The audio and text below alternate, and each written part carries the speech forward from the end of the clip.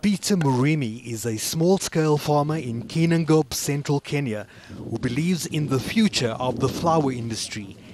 His career took a dramatic turn a few years ago when he shifted his focus entirely from studying IT to floriculture, a move that has changed his life forever. I saw the opportunity, I took it, and in general, I found that we have very nice lands, cultivatable land in Kinangop. We have regular rainfalls in Kinangop so that you can grow flowers almost naturally. Small-scale farmers are fast becoming strong competitors in the country's flora industry, which currently comprises of large, medium and small-size producers. With a market share of over 35%, the country is the lead exporter of flowers to the European Union, of which 65% are sold through the Dutch auctions. The flower industry in Kenya is blooming. Despite facing several adverse challenges like the global economic crisis, drought, as well as frost, local farmers like Peter Murimi are surviving the storm. In fact, he's grown his business from a turnover of 35 million Kenyan shillings in 2009 to 56 million Kenyan shillings in 2011. The number of small-scale growers has grown dramatically over the past few years, specializing in a variety of summer flowers which are labor-intensive. Despite numerous challenges facing the industry, the Kenyan Flower Council maintains a positive outlook.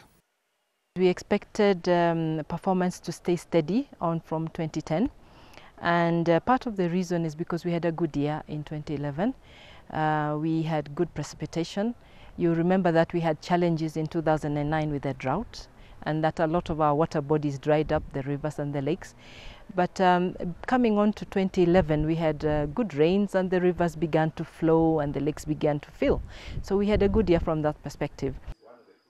According to recent statistics, the floriculture subsector recorded 109,950 metric tons produced in 2011, down from 120,000 metric tons in 2010.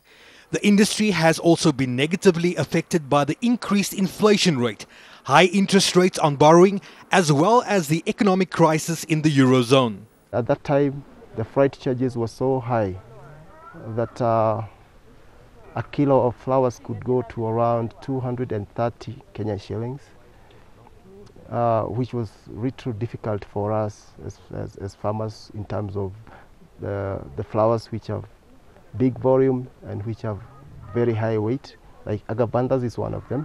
Learning from the past, we've seen that whenever the markets are going through a difficult time, especially economically, there is the tendency to then cut back on investments, on leisure travels and stuff like that. And they tend to stay more at home and have more home-cooked meals. And with that comes a bunch of flowers to have, you know, the kind of environment you want to enjoy at home. So in the past, we haven't seen that the demand has been depressed. And that was exactly what happened in 2012. We continued to get our orders in place, and I expect that when we finally get the figures, we will have done slightly better than 2010.